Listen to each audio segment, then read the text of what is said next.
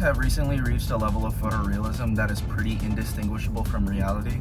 There's not a lot of improvements that can really be made in the modern day, at least graphically speaking. It's gotten really to the point where professional race car drivers are really using racing simulators, video games pretty much, to supplement their real life training. And so the barrier of entry for anyone trying to be a legitimate racer is lower than it's ever been, because anyone with enough money and enough space for an expensive racing sim can probably become a respectable racer. But I got a problem with that. It's really boring. I have always had a soft spot for arcade racing machines, and since I am broke and have no room in my college dorm, I figure this is the pathway for me. So that's where I'm headed right now, to the arcade, to see if I can show the circuit my skills. The Fast and Furious machine in the UNF clubhouse is pretty cool, but it's also kind of sad because there's only one of them, and so you're not really going to be playing with anyone. So I'm hoping at Leaderboard, where I'm headed right now, there will be someone to talk to about maybe the history of arcade racing machines, and tell me a little bit more, and two, maybe there'll be someone to play with, someone to beat, someone to leave in my dust, obviously. We shall see. Join me.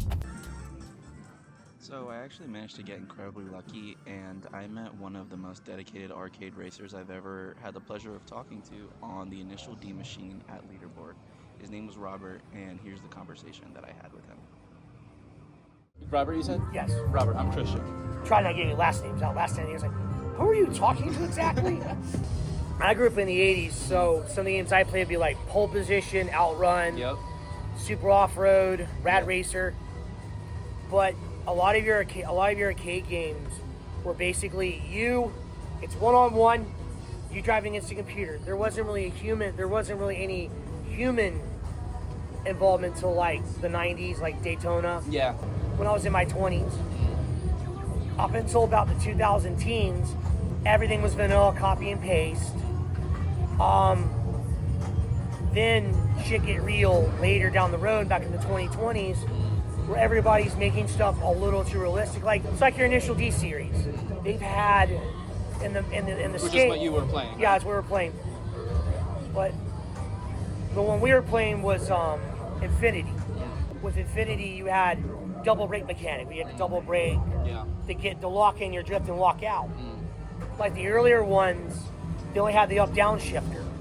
With the newer ones, when they came out with Infinity, they still had the up-down, but it was a lot more intuitive. You actually had to know what you're doing. Just if you could give one memory from arcade racing games that you're like particularly fond of, like any memory that you could share. So I went play Infinity. I always get harassed for playing on automatic instead of manual because I sucked at automatic. Yeah. Now I can play on manual now. That took a long time though. That was my favorite memory. Was just being able to play all the tracks. For sure. Because we never had all the tracks. We had 3/4 of them. Yeah. That was the beauty of it. I was so hyped when I got back from the arcade that I had to record a little something in my car to gather my thoughts. He just has such a passion about arcade racing games, and he was like the exact person I was hoping to find. He just really confirmed all my suspicions that racing, and arcade racing in particular, really has like a heart and soul, with a lot of people invested in it, and it means a lot to a lot of people. And to have someone face to face to be able to talk to about that was just really awesome. So I hope, Robert, if you're out there, you're doing good, and keep on racing. I'm real grateful for this whole journey, especially for Robert, for teaching me a little bit more about arcade racing. For that, will always be first place in my heart.